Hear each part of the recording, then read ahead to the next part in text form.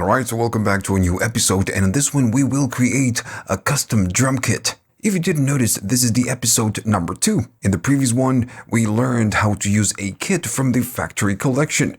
But in this one, we're gonna create one of our own. So if you're looking just to start, you might want to check the cards, the playlist, or the links in the description. And as always, if you like all of this, please like and subscribe. And this channel is supported by viewers only. If you want to buy me a coffee to say thanks and help the channel keep going on, you have links in the description for PayPal, YouTube thanks, and Patreon. And okay, so first of all, I want to start with an empty project. I'm gonna tap on the empty project. I'm using an SD card. It's loaded right here. And I want to use some files to create the drum kit. Check the description of this video and you can download the same samples I'm going to be using. Still, if you don't want to use the same samples, that's fine. You can use your own samples. It's okay, so what we want to do, we want to create a new track. We are already there and we want to use a drum program. So as a good practice, I'm gonna go right here and just rename this, I don't know, to kit, something like that. I'm gonna do it. And then at the bottom, I'm gonna rename this program to retro kit or something like that. There we go. And now we have the, I made a mistake right there.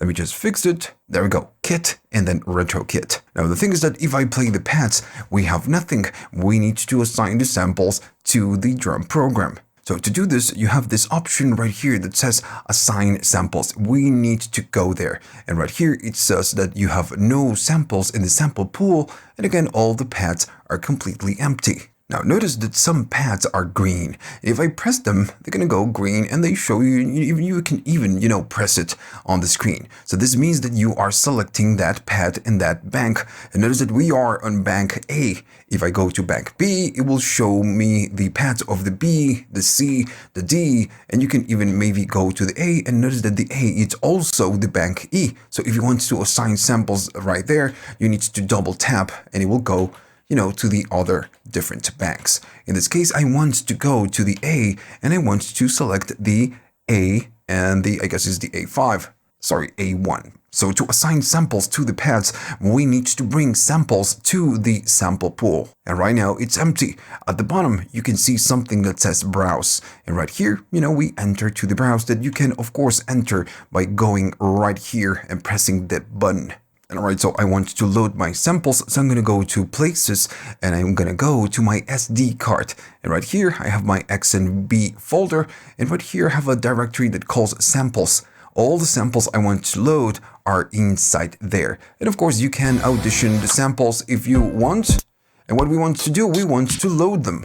Now, I want you to notice that you have a button that says load, and when you scroll to a sample, you can audition and also you can push the encoder to load. When you are in this mode, notice that the pad is green. And if I go to the other ones, it goes green as well. So I'm going to stay on this one. And what I want to do, I want to maybe find a kick. Maybe you don't see it on the screen because it's too small, but I'm going to be loading a kick and you can audition the sample by doing play. So this is the kick, the sample I want to assign to this pad. Make sure it's green. So I'm going to push to load, notice it blinks, and now the sample is assigned to this pad. So if I want to keep moving forward, I can go to this pad. Notice that this one goes yellow. It means that it has a sample assigned. So I want to do something on this, and I guess I'm going to do a clap or a snare. There we go, snare. I'm going to be doing that one. And you can also push the button load, and it will assign the snare to this one. I'm going to go here. I'm going to do a hat. I'm going to push to load. I'm going to go to this one. And I'm going to make this one an open hat. All right, so we are kind of already. I'm going to push this. And now we have 4 different samples assigned to the different pads. Now, once you do this, you can go back to sample assign. If you go there, you will see on the sample pool all the different samples you added. And right here on the screen, you can see the samples that we, added to each different pad. So this is one way of adding samples to the pads. Now I'm going to go to browse. I'm going to press this and I'm going to go back to the directory where I have all the different samples. If you want to save a little bit of time, what you can do, I'm going to go maybe back with this button. Sorry for that. I'm going to go back and I have highlighted the directory where all the samples live. So what you can do, if you want to load all the samples in the pool, all the samples that live inside this directory, you can hold Shift and notice it says load all.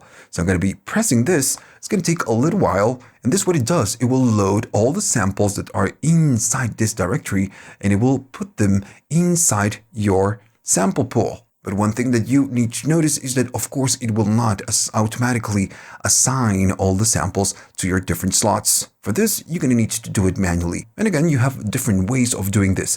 Let's say that for this one, I'm going to need to select it. Notice that now it's green, and you can even do it with the pads if you must. Once this one is highlighted, you can select the sound that you want. I'm going to be selecting a ride. If I want that, I'm going to be pushing and it's going to load it. Maybe on this one, I'm going to be adding a clap. Let me find it first. There we go. And on this one, you can drag and drop if you want. Then I'm going to be putting a bass on this one, and it's, just the same deal. There we go. That's the bass. I'm going to push to load. So let's say I'm going to go here to that pad and I'm going to be loading, that sound. So once it's done, I want to maybe delete it because maybe I made a mistake, right? So when this one is selected at the bottom, you can see clear pad. You just press on clear pad and it will clear the pad. So once you have all the samples that you need on your different pads, that's pretty much it. You can go back to main and you can even record, and you can record your sequence. Now, what happens if you created this kit and you want to save it so you can use it on maybe a different project? Well, you can do so. Right here, you have the pencil. I'm going to press it. Right there at the top, it's going to give you the name of the program, which is what we want to save. And then at the bottom, you can see save current program or say current sample. In this case, I want to save my program so I can use it on a different project. I'm going to tap on that one and it will ask you where do you want to save it. So I'm going to be going to MPC. I'm going to go to my XMB directory, and this is the episode number 2. So I'm going to create a new directory. I'm going to go to new directory, and I'm going to say E02. I'm going to say do it, and now I am inside the episode 2, and I want to save my retro kit. Now, once I do so, I'm going to save it. Is going to save all the things that we need, and that kit will live. And if I go back to the browser and we just confirm this, I'm going to go back one directory. We have the episode 2. And yeah, we can see all the different files. And notice that we have the retro kit. So if I want to filter, I can go to, let me go here. We can see that we have the kit right there. Now, one thing that you need to remember is that if you delete the different files that are part of the kit, the kit is not going to work anymore. If you try to load this kit on a different project, it's not going to work because the kit only holds a reference to the different files. So if you don't want to lose it, you must not delete the samples. Now, the point of all this is that we want to reuse this on maybe a different project. So, just test that this works. I'm going to get out. I'm going to go to menu. I'm going to go to new project, and I'm not going to save the project. I'm going to start from the scratch. There we go. I'm going to say empty project. And now what I want to do, I want to load my kit. I'm going to go to browse, and I'm going to go to the places MPC, which is my SD card, then XMB, episode 2, and if I filter by drum kits, we have it right there. I'm going to be loading this, and now if I go to main, notice that we have the retro kit, and there we go. We can use the kit that we created previously on different projects. And okay, so we have the kit, but it looks a little bit funky, right? We have the same colors, so we can make this a little bit better. If you go to the program and you press the pencil, you will see something that says pad color, so we can edit the colors. I'm gonna go there, and you have a few options right there at the top. This one's right here, and you can select first a single pad, or you can select all pads. So if I keep it on all pads, whatever color I select is going to change the pads, the colors of the pads. Super easy. Now, what I want to do, maybe I want to go to a single pad, and now I can go maybe select this one, do the red, and notice that if I tap it, this one is going to be red, this one is going to be red. So now I'm going to be selecting maybe a different color. You're going to do yellow, and I'm going to be selecting that one, and those ones are yellow. maybe I'm going to be doing light blue. These ones are light blue. And I like purple on basses. And there you go. You have different colors for the different pads. Okay, so at the top, you have the other modes. It says dim and then velocity. And then you have other options. It says off velocity, then fixed, and then classic, and then off. Off, it's going to be no color. I can still play the pads, but we have no color. If I go to the next one, it's going to be the classic velocity, which means that it will illuminate when I play a pad. That's the classic way.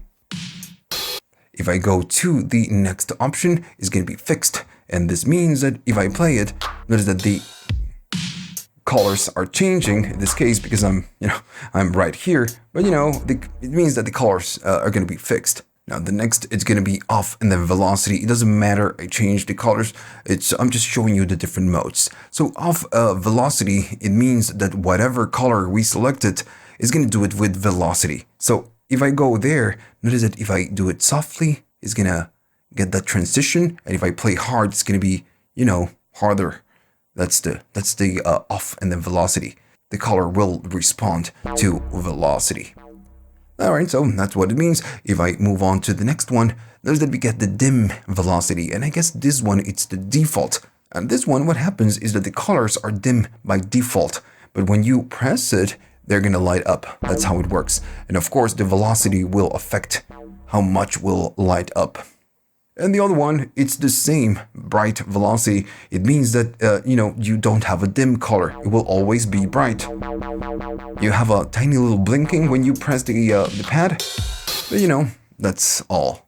Now here on the second row, you have 3 options. Empty pads off, then dim, and then normal. And this is talking about the empty pads. And we know that I have a sound here, here, here, here, here. We have the bass, and this one it's empty. I don't know what it's selecting, but in this case, it says if I go to off, it means that the empty pads are going to be completely off. They have no color. Of course, I get it because I'm selecting them, but they have no color. If I go to the other ones, the ones that have no sample or sound assigned are going to be dim, and the other ones are going to be lit. If I go to the next one, it's going to be all lit. Now, if you ask me what I like empty pads, dim, and I like the previous one, which is dim velocity. And I like doing different colors for my different pads. I'm going to be doing so. On this one, I'm going to be doing yellows, yellows, and yellows. This one is going to be something else, I guess. Let's make it green. Why not? And this one, I'm going to make it purple. There we go, purple. And all the other ones, if you want, you can make them black or maybe a neutral type of color. And there you go. That's, how you change colors. Now, the thing is that remember that when you make changes to your drum kit, you need to save it. Now, we already know how to do this. We need to go to the pencil, and then we need to save current program. I'm going to go to the SD card, and I want to update the one that we created a minute ago. It's going to be retro kit. I'm going to save it, and it will ask me, are you sure you want to overwrite? Yes, we are sure. I'm going to say overwrite, and that's it. Now, every time that we want to use our new kit, it will have the new colors. Alright, so now that we know how to create a drum kit, how to assign samples and everything else, and even, change the colors and save the kit, now it would be cool that we talk about the pad mix. And for this, I'm going to need to create maybe a beat or something like that. I'm going to go to the sequence. I'm going to call it something. I'm going to call it, I don't know, my song, my track. There we go. And I'm going to go to this one, and this is going to be my drum kit. So I'm going to call it drums. I'm going to do rec, and I'm going to do play start.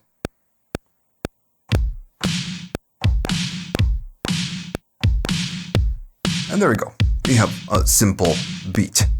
Now what I want to do as well, I want to create a new track, and I'm going to go right here, and I'm going to be using a bass plugin. I'm going to maybe go to sounds and use something from bassline. Okay, so I guess I like that one. I'm going to use that preset. It doesn't really matter. And I'm going to go here and just rename this to, I don't know, bass P for patch. And this track is going to be something else. And you always need to do this when you create a project. So now we have our bass. I want to go to pad perform, and I want to change it maybe to an A minor. You know what? I'm gonna go to pentatonic minor. So if I press, it's maybe too low. I'm gonna go 1 octave up.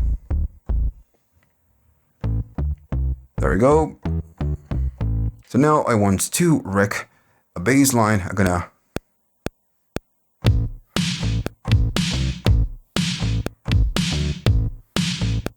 we don't need to create something awesome right here. Just something simple so we can create an example. And I'm gonna go to the track number 3 and I'm gonna be creating maybe some chords or maybe a pad or something like that. And right here I'm gonna create a new program because I want to use some pads. So maybe we can use the tube synth. I kind of like it. Doesn't sound like a pad, but I'm gonna use it. And this one, I'm gonna go rename to pad something. It doesn't matter. And I'm gonna be doing the same thing. We could go to chords if you want to. And again, we are just creating an example. That's too bright, right? And let's record something real quick.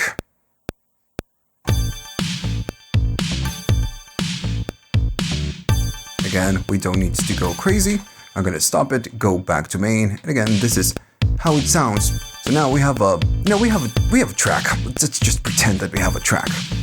So what I want to do, I want to control everything a little bit better because right now some sounds on my drums are really loud. The pad is really loud. So we want to control this a little bit better. So right here you have 2 different stages. You have the pad mix and then you have the track mix. If I play it, I can hear that my pads or the pad track, it's really loud. So I can go to the track. And right here you will get all the different tracks. This is my pad track. And on this one, I'm gonna go down in level because it's super loud. And now it's a little bit better. Now remember, this one is a track. Same with the bass. I could go right here, go all the way down in volume, and then go all the way up. Or just, do whatever that you need to do to make a good blend. Now, what I want to discuss is going to be about the pad mix. And right now we are on the track mix. So we are controlling the tracks, which is, not what I want.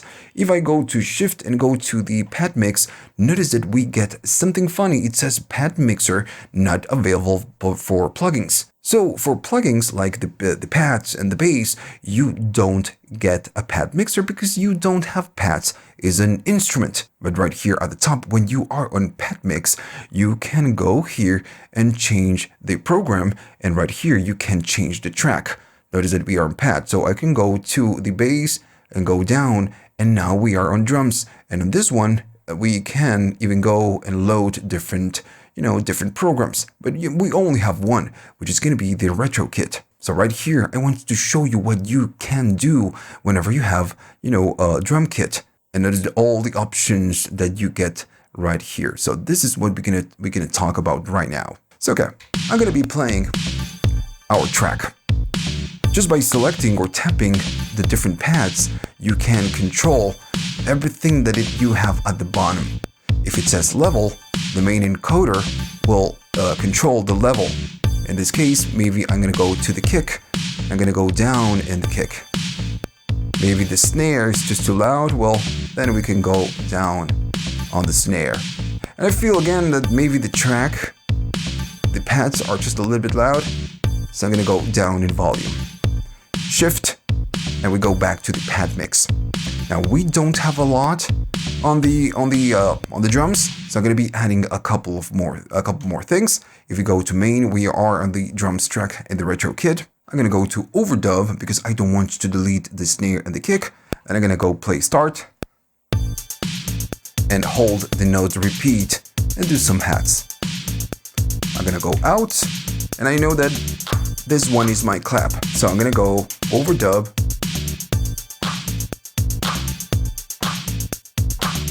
And there we go. We have, new sounds. I'm gonna do shift and go back to the pad mix. If I play it now, we have more things going on. All right, so right here, you can, like I said before, if you are on level, you can go down in level, go up in level after you select the pad. And just like this, you can control the loudness of all your different pads. You can also go to pan, and you can pan to the left or pan to the right. That's the clap, right? And I guess it's on the other side. I gotta fix it. I guess I misconnected the cables at the back of the unit. But that's fine. It doesn't matter right now. If I go out, this is what we can do on the level. Also, at the top, notice that every time that you select a pad, it will let you know which pad that you are selecting. Also, what it's the out, which it's going to be programmed. But most importantly, you have the solo and you have the mute. And okay, now all of this makes sense, right? It's completely understandable. Now, when you are on level, what you see on each of the pads is the level. That's why it says level. If I go to pan, notice the interface changes a little bit. So now what you see, it's the panning. If I go to this one and I'm on the pan, I can go to the right and to the left. You know what? I'm gonna stop it and fix the cables at the back of the unit. There you go. So hopefully it's fixed. I'm gonna go to the snare. I'm gonna make it to the right. So this is what you have the pan. It changes the interface. And still, you can solo, you can mute, and you can control the volume and everything else. Then you have the other ones, which is gonna be the mutes. And on this one, when you select it, you can mute the different tracks. And this is the main reason of why you have these 3 tabs. You can see which pad is mute. It's muted. And there you go. Still, you can mute from here, solo, volume, and pan. Okay, so I'm gonna stop it, and now we need to talk about the other options. So first, I want to talk about the inserts. If I go here, it will give you nothing, but also notice that you have more tiny little dots. This is that when you press it again, it's going to go to the next dot, the next one, and then the next one. So the inserts are the effects that you can assign to each of the pads. So with the drum program just like this, I could go to the snare and go to the plugins and add an insert. And these ones are effects, like a DAW, just adding effects like to the track like you would do on a DAW. And you can assign different effects, up to 4 different effects to each of the pads. Now remember that doing something like this will go up in CPU consumption. You kind of need to be smart on this. So let's say that I want to go to my claps, which are these ones, and I want to add a nice reverb. I'm gonna go there, and I'm gonna select a reverb, air reverb, and there you go. So now, if I play it, it's gonna sound like that. If I play back, we get the clap and the reverb. Now if I go back, we can see that we have the air reverb when we select the clap, but we don't have it on the other ones. It's just working on the clap. Now, this takes us to the insert. Why do we get this tab? If I go there, notice that all the pads, we don't have anything. It's just empty. So this one will show you, the interface will show you which effects you're using, if you have an insert or not. And since it's the first one, the first dot, it's selected, it's going to say air reverb. If I go to the second dot, we have nothing. So you know what? I'm going to go here and I'm going to be adding maybe a different effect. Maybe I can go to dynamics and do, I don't know, a compressor. It doesn't matter. I'm just giving you an example. We could even maybe load an effects rack. But I'm going to go to, I don't know, enhancer. And on this one, I'm not going to even touch them. I'm just going to add it, air filter. Why not? So now we have 4 different effects. If I go out, notice that, again, the interface changes. All the different inserts will have or let you know which effects you're using on each slot. And remember that you can do up to 4 different effects. Now if I play it back, if I go to the first one, I know that the first one is the reverb, the other one is the compressor, and the enhancer and filter, and that is it. Now that we know how the inserts work, we need to talk about the sends. Now this is pretty simple. It works pretty much the same way. If I go to sends, it will give you this interface, which is the information of where you're sending. So On the inside the MPC world, on the MPC hardware, you have sends, just like you would get on a DAW, right? So if you're using Ableton, you can send to an aux track or an effects bus, or if you're using Bitwig, or it's the same deal.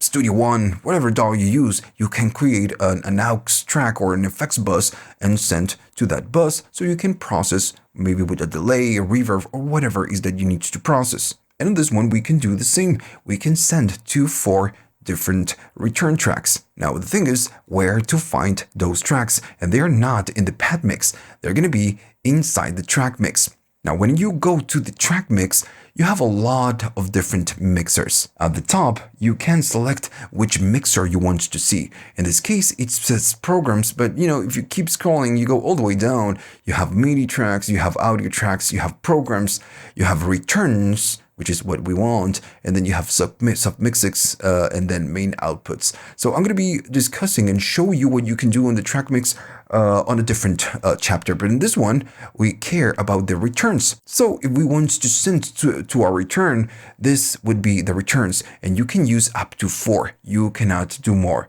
So let's just pretend that I want to send my snares to the return 2, and I also want to send my hats just to do something. So I'm going to go to the return 2, and I'm going to say that this one will be processed maybe with a delay. Why not? So if I go back, I'm going to go back here. I know that the return 2 will be using an air delay. And you know what? I'm going to be changing this to something slower so we can really notice this. And the mix is already 100%. So that's fine. Okay, so I'm going to go back, and now we know that the return 2 has a delay, and we want to send there. So I'm going to do Shift and go back to my pad mix. We need to make sure that you are on the sends, and now I can go maybe to the send number 2, because we want to send to the 2. If I go to the 4, we're going to be sending to the 4. So in this case, I'm going to send to the 2, and remember, I want to send the snare. And the only thing I need to do is just to go up in volume on how much you want to send. You can use the plus and the minus, you can use the scroll, or you can use the Q links. That is, if I touch them right here, it's going to let me send to that return. So if I press the snare, can you hear the delay? I'm going to make it a little bit more obvious. It's not going to sound that good, but we are sending to that return. And maybe I want to do the same thing for this one, or maybe I'm going to use that one, and it's going to be the send of the 3. So I'm going to be going all the way up, and now we are sending from the snare, and we are sending from the hat. So if I play it, it doesn't sound that good, but we are sending there. Now remember that we are sending to the 2. If I tap this, it's going to show us the send to the 3, the 4, and the 1. But right here, when we go to the 2, we know that the pad, let me stop it, that the second pad, the snare, and the hats are sending something. And this is, what you get on the pad mix. You can control your sends, volumes, panning, and every time that you go to a tab, of course, you get the interface, so you can really know what is going on in the fly. If you go to level, you can see all the levels all together. Same with the panning, and you can quickly tap and change something with the scroll. With encoder. That's the main reason of why you get this. Same thing with the mutes. I can just mute things on the fly while performing. And if I want to make it to go back, I get it. Same thing with the sends. I want to quickly go to the different sends or different pads, select them, and send with the Q links. Same thing with the inserts. And that's why we get them. Then you have the route. It's the last tap. So this one will decide where it will come out pretty much. Since this is a program, every pad will go out to a program. But we can change this right here from the top. We can change into send it to subs or outs. So we have a lot of different places. But by default, when you use a drum program, it's going to go out to the program. And again, we're going to talk about sub mixes and different outs and everything else when we talk about the mixers. Now, remember that when you are on the main screen, I'm going to play it back. If you go here, you have your channel strip. And we kind of already talked about this on the previous video, but you can control your master output from here. Of course, I need to select it and then go down on the whole arrangement. Then you go here, and this one is going to be the same view you have right here, which is going to be the track edit. Gonna go back. The next one is going to say retro kit and then out 1 and 2. So this one is the program. And again, you can do the same thing. If I go down, notice that we are just killing the drums, but we can listen what we did to the sense, you know, the delay and the reverb and everything else, because that goes out on a different part of the mixer. Same thing right here, but this one's, it's about the pads. If I select a pad, maybe this one, it's going to say A1 is the kick. And right here, it can go up in volume, or panning, or mute it, or solo it, and so on and on and on. So this is the same, almost the same to what we get on the pad mix, but it's the small version, you know, the quick access to the pad mix. That's the plan. And then, you know, you can hide it if you must. And okay, so that's it pretty much. We know how to create a kit and how to use the pad mix. If you want to know a little bit more how to use the track mix and all the things, then you know you get right here at the top. I'm going to be talking about the track mix on the chapter number 8, on the episode number 8. Okay, on the next episode, we're going to talk about everything that you can do on the grid edit. So if you like this and you learned something new, please like the video and subscribe. This channel is supported by viewers only. If you want to buy me a coffee to say thanks and help the channel keep going on, you can. You have links at the description for PayPal, YouTube thanks, and Patreon. So see you on the episode number 3.